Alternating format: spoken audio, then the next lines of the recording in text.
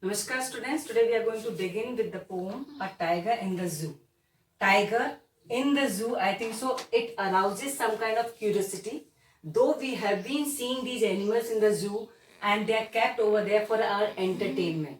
But I want you to relate today's time when we all are confined to our houses because of the lockdown. We all are restless to go out and meet our friends and freak out and all. And we are so but here one difference is there. It is our will to remain in the houses because we are fighting the dreadful disease corona and nobody is compelling us. And if we will go out and meet people, you know the consequence, the result of that. But here, Tiger does not have any will.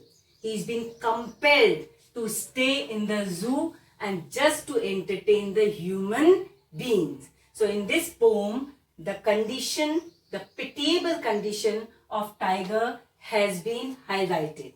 Now first understand the title's appropriateness, or is the title apt, suitable? Definitely. Now this poem depicts the physical and mental state of Tiger.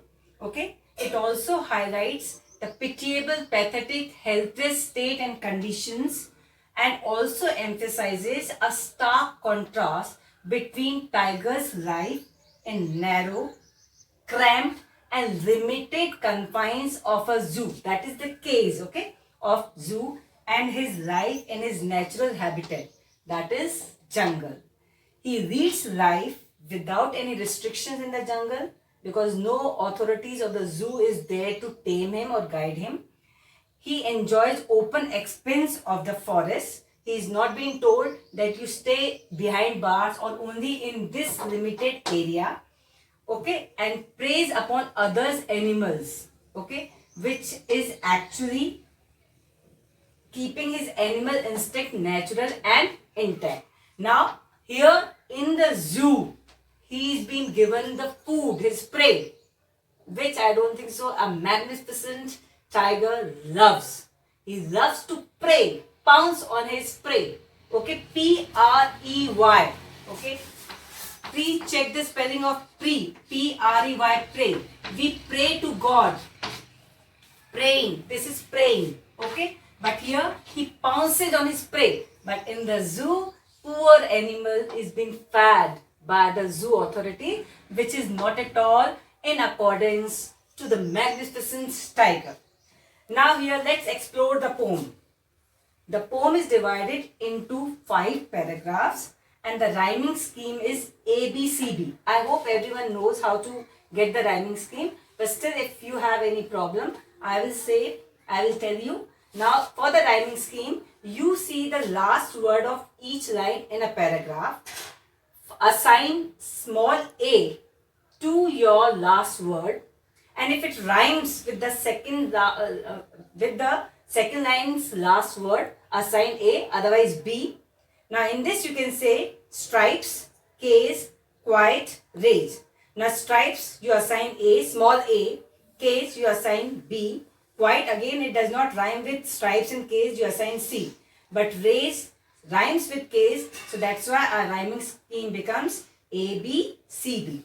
Okay, now here you have to understand that this poem moves from Tiger's life in the zoo to his natural habitat, that is jungle. The first, fourth and fifth paragraph, they depict his life in the zoo, whereas the second and third paragraph, they depict his life in the jungle, what his life should be in the jungle or is. The poet imagines his life in the jungle. He belongs to the forest or the jungle, whereas he is being capped, he is compelled to live in the zoo. Now let's explore the poem paragraph by paragraph. Yes, now in the first paragraph, where the tiger actually is in the zoo. Okay. Now the majestic tiger, he walks with difficulty in narrow space, which is cramped and limited. It is not sufficient for a magnificent tiger. Okay. Now here velvet quiet. Velvet, you know, it's a soft cloth.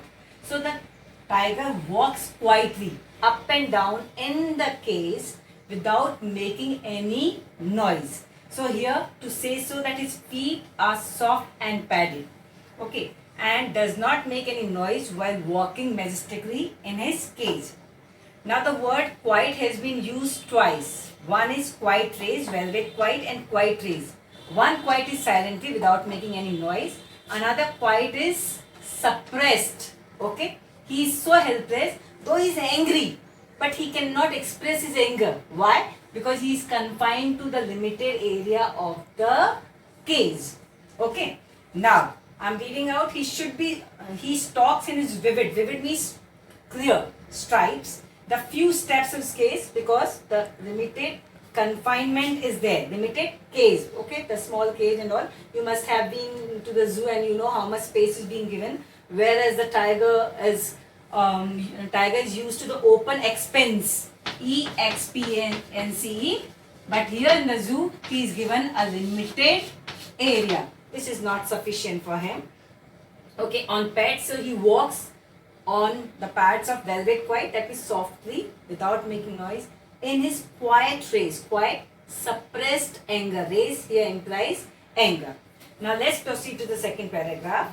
The second paragraph, the poet imagined that the tiger belongs to the jungle, not to the zoo. He belongs to the jungle.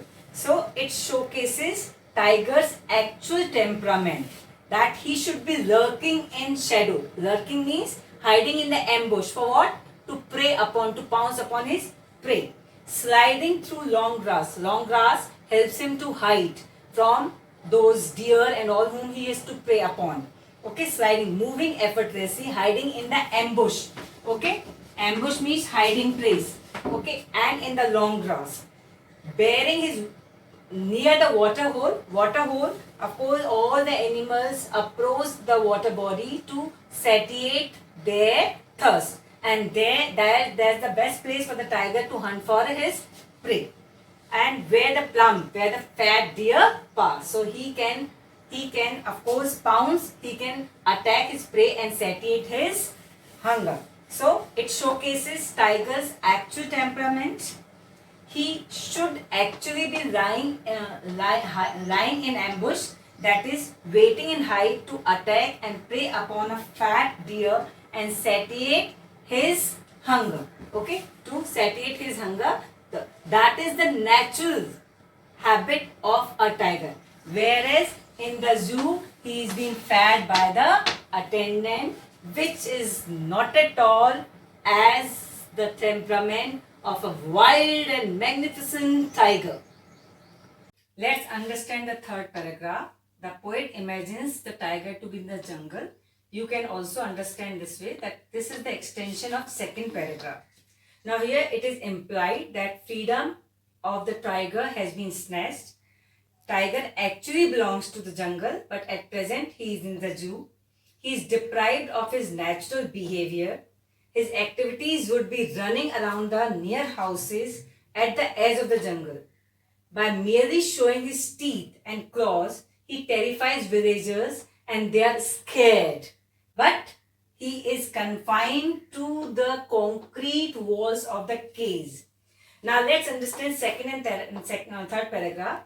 They highlight and contrast the free tiger with the tamed and enslaved tiger. There is a stark contrast between the stealthy movements which are there in the second paragraph, that are lurking and sliding, with the few steps of the tiger in the cage which is mentioned in the first paragraph. He is deprived of his ferocity, okay, which is quite reflected because he is only having few steps, quiet race and all these words emphasize how utterly helpless the tiger is. Now let's focus on the fourth paragraph. At present, he is reality, it is in the zoo. And the word but in the beginning of the fourth paragraph shows his pitiable condition. Okay? His strength to terrorize and scare the people is curtailed, is restricted. Okay? He cannot exercise his ferocity in that limited expense of the cage.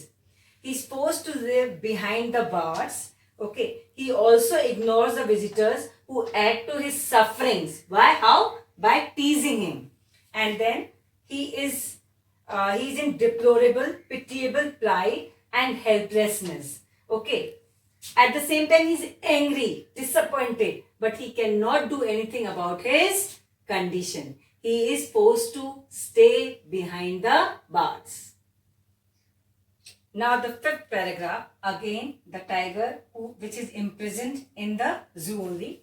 At night also, he is again disturbed by the patrolling cars, that is the cars on the whistle at night. In the morning time, the daytime, he is disturbed by the visitors. Now he has lost all the hopes to be in the jungle once again. He stares at the brilliant stars, thinking about or maybe praying for his freedom, which seems impossible to him at present. But still, a ray of hope can be reflected, can be seen in his brilliant eyes. Someday he would also attain, he would also get freedom. Now the poetic devices, you know what are the poetic devices? You can say devices means tools of the poem or the language. They adorn the language. They embellish the language. Here the poetic devices used in the poem are alliteration. You know what is alliteration? The repetition of the consonant sounds. Here like stalks in his vivid stripes, the repetition of S. Behind bars, the sound of B is repeated. B is repeated. Oxymoron. Oxymoron is quite raised. What do you mean by oxymoron? When two opposite words are placed together. For example, you must have come across in SST wisest fool.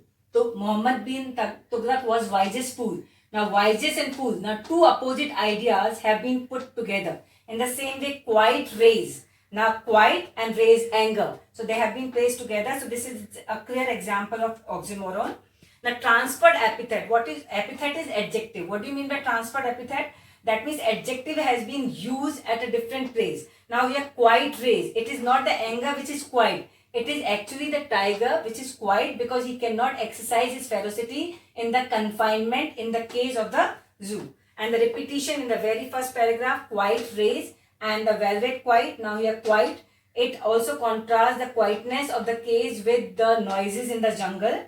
And in the last paragraph, brilliant eyes and brilliant stars. This is the example of the repetition. Now imagery, of course, which is there, you can visualize. Now here the tiger, which is magnificent, ferocious. But here you can call the tiger in the zoo is a paper tiger. Okay. Now this is all about the poem.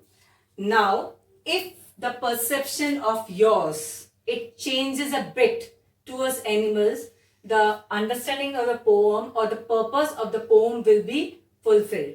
Remember, we belong to the earth.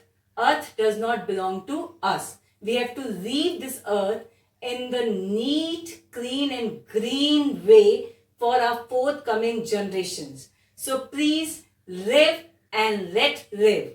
For your problems and for your solutions, for the problems, just drop a line.